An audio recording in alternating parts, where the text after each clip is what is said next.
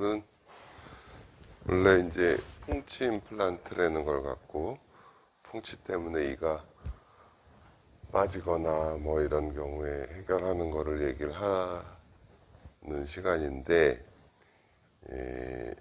조금 기본적인 얘기를 조금 더 좀 편안한 마음으로도 들을 수 있게 치은염하고 치주염하고 이렇게 나눠요. 치은염이라는 거는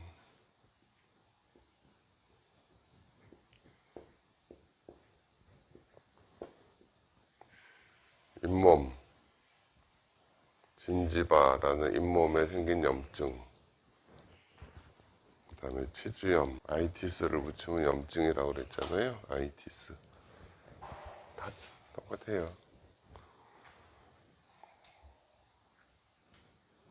그거를 조금 설명을 좀 할게요.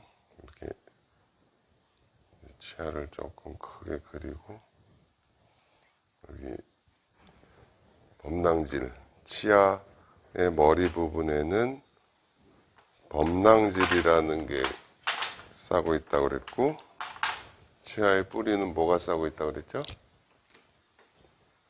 네? 예, 아유. 그 백악질을 말하는 사람은 계속 한 명밖에 없네.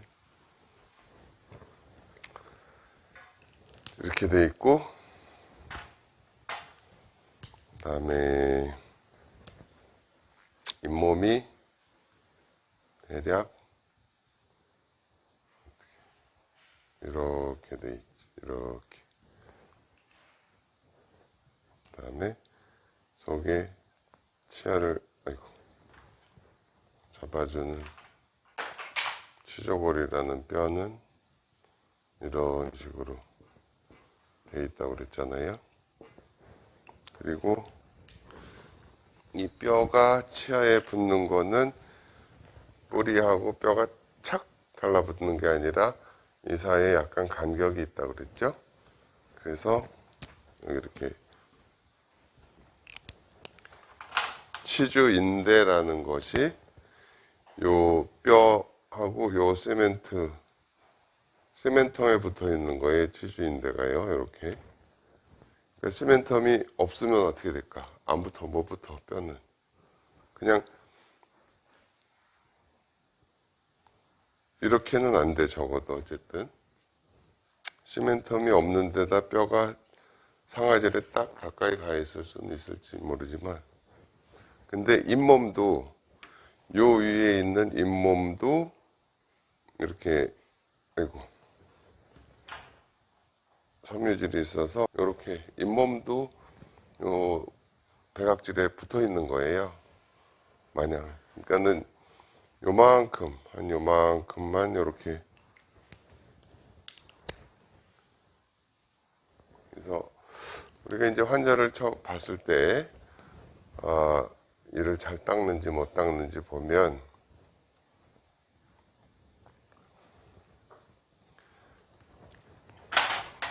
치은염, 첫 번째 나타나는 증상이 레드니스, 발적이라고 표현을 해야 되는데, 여기간에 대체로 잇몸이 여기가 이렇게 뻘겋게 된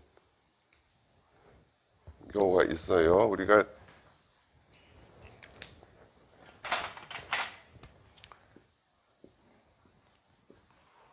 치아를 이렇게 보면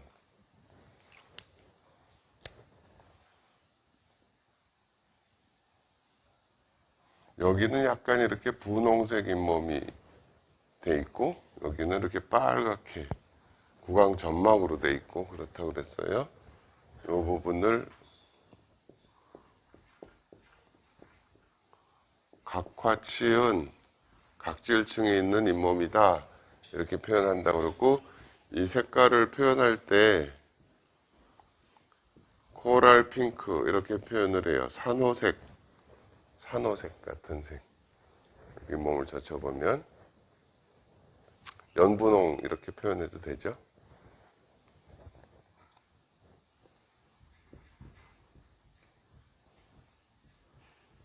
그런데 잇몸에 염증이 생기면 이 부분이 이렇게 빨간 사람들을 봐요. 그렇게 보이는 경우가 있죠. 그죠? 그러니까 여기 잘 안 닦여서 여기에 이제 플라그가 이렇게 쌓여가지고 여기에 잇몸에 염증이 살짝 생기는 거야. 살짝 잇몸이 빨갛게 보여. 두 번째 증상이 뭐냐 하면 BOP. 이거는 Breathing on Probing.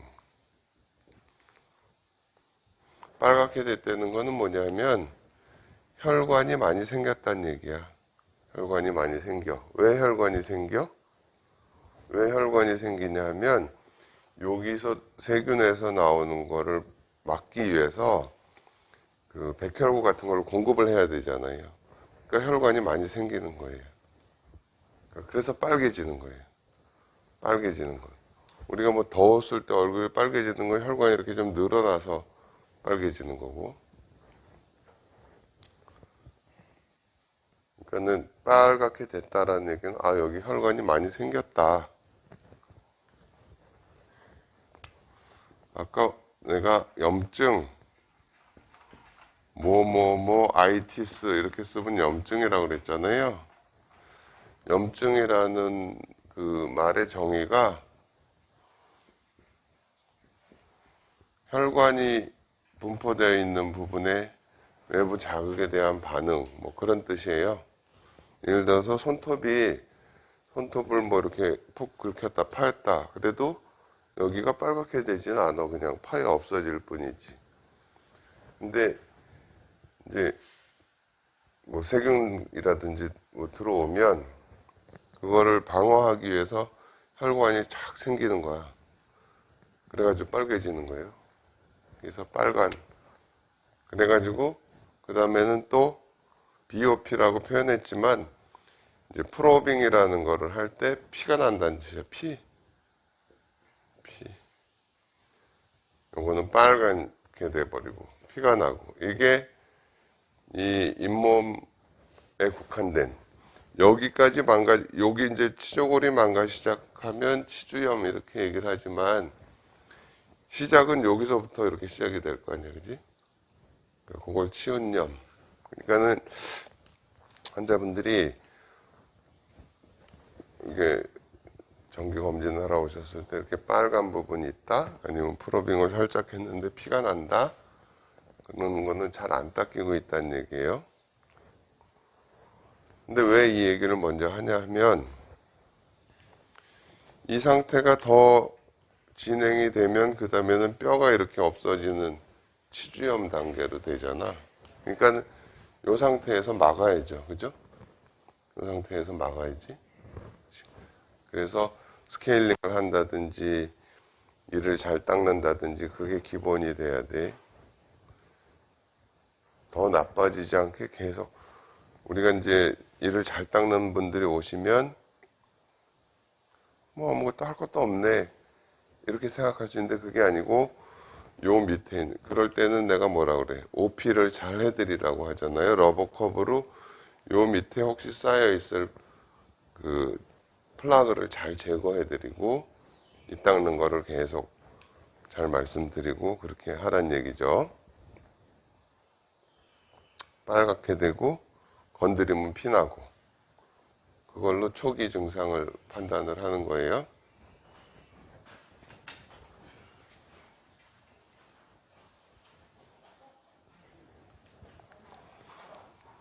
그런데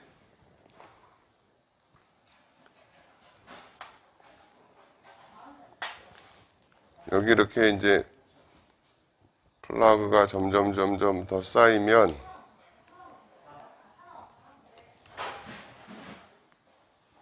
뼈가 이렇게 물러나 버리게 된다 그랬죠? 뼈가 물러나 버리게 돼. 이렇게 물러난 상태에서도 잇몸은 여기 이렇게 좀 가라앉기도 하고 보이기도 하고 이런 식으로 붙어 있어요. 이렇게 붙어 있어. 이렇게 이제 뼈가 망가지는 정도가 되면 이제 치주염도 요 정도에서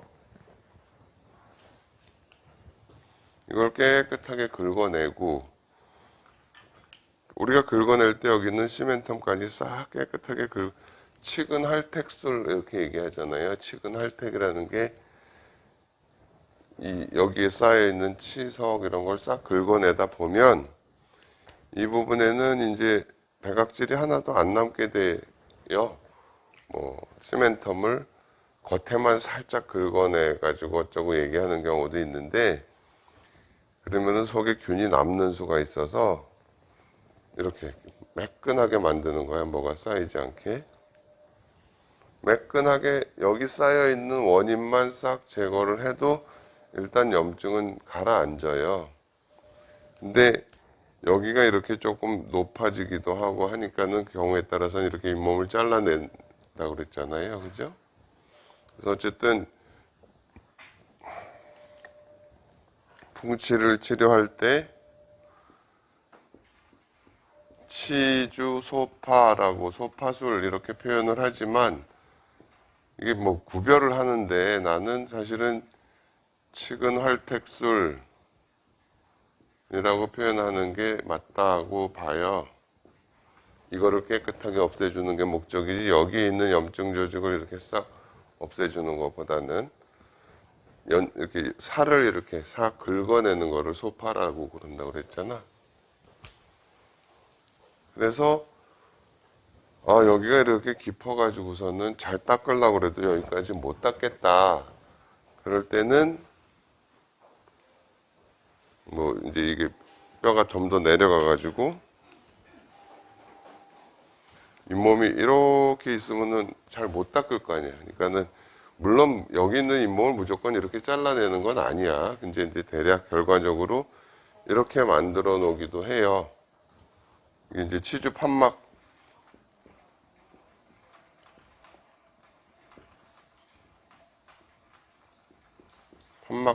뭐 이렇게 하나? 하여간 이렇게 만들어 놓는다. 그런데 뼈가 이제 더 내려가서 뼈가 이렇게 쑥 내려가 버려. 잇몸이 이렇게. 그럼 여길로 자꾸 이제 찌꺼기가 쌓이는 거는 더 이상 못 막아요. 마냥 저 속에 있는. 그러니까는 그 이를 뺄 것이냐 말 것이냐를 대략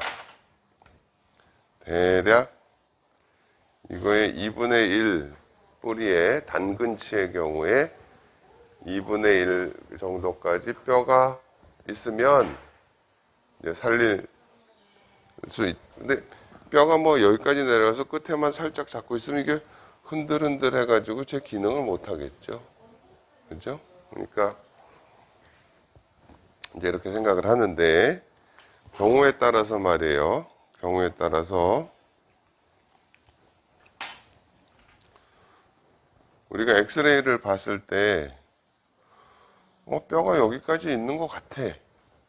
일반적인 평면 엑스레이. 근데 환자가 뭐 좀 흔들리고 붓고 그런다 보면 단면을 보면 여기는 뼈가 이렇게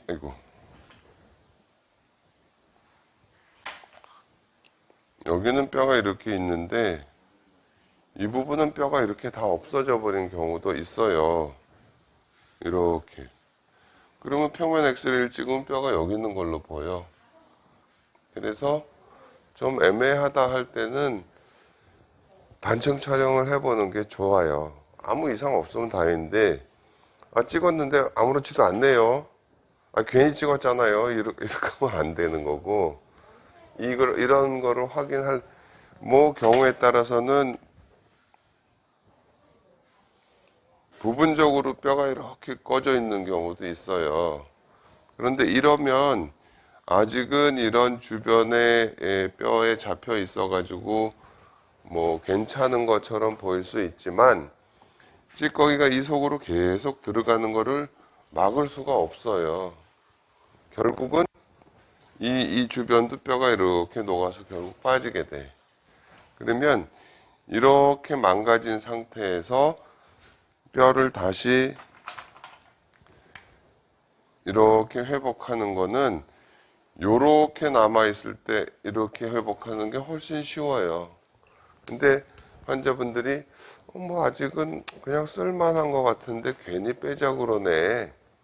그렇게 생각할 수 있죠. 그죠? 그러니까는 치주 치료의 제일 마지막은 뭐라고 그랬어요? 발치라고 그랬잖아요. 발치.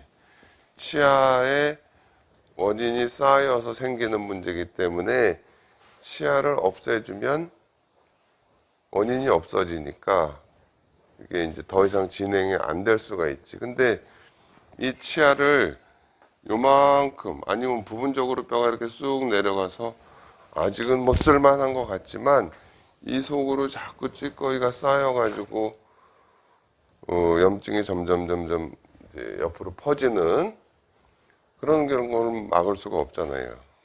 그러니까는 봐서 그래서 판단을 어떻게 하냐면 치료를 하고 잘 닦아서 이대로 유지가 될 수 있겠다 싶으면 그냥 그렇게 치료를 해서 살리는 거고, 잘 닦아도 계속 진행될 수밖에 없겠다 그러면 빨리 빼는 거죠. 원인을 빨리 제거를 해야 되는데, 우리가 몸이 어디가 아프고 할 때는 금방 치료를 하지만 뭐 별로 아프지도 않고 별로 흔들리지도 않는데 빨리 빼야 된다 그러면은 환자분들이 이렇게 이해하기 어려울 수가 있잖아요. 그러면 어떻게 그냥 차트에다 기록도 하고 이제 발치하는 게 좋습니다.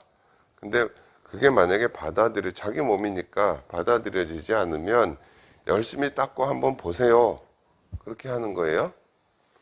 근데 이게 별로 아프지 않으니까는 뭐 3개월마다 6개월마다 와서 스케일링 하라고 그래도 바쁘고 또 뭐 그러다 보면은 그냥 몇 년 만에 와가지고 왕창 망가져가지고 오는 분들이 계시잖아요. 여태까지 봐서는 아침 저녁으로 10분 정도 이를 닦는 거 그거보다 좋은 게 없어요. 뭐 워터픽이 플라그를 제거할 수 있다고 자꾸 선전을 하는데 그게 요즘 거는 뭐 좀 달라졌는지 하여간 이 닦는 거 이상 좋은 게 없어. 그러니까 뭐 운동도 하고 뭐 배 들어가려고 뭐 운동하고 그리고 아침 식사 후에 찌꺼기를 완전히 이를 닦는다는 거는 그래서 이를 닦는다고 하지 말라고 그랬잖아요. 이하고 잇몸 사이에 틈을 닦는 거라고 그랬지. 그지? 부드러운 칫솔로 이하고 잇몸 사이에 소리 들어가게 해서 이렇게 가볍게 진동을 주고 옆으로 바스법이라는 걸 뭐 이렇게 진동을 주고 착 올리라는 얘기는 안 해도 돼요. 진동을 주고 이를 빼는 거는 치료를 하고 관리를 잘 해서 그대로 유지가 되겠다.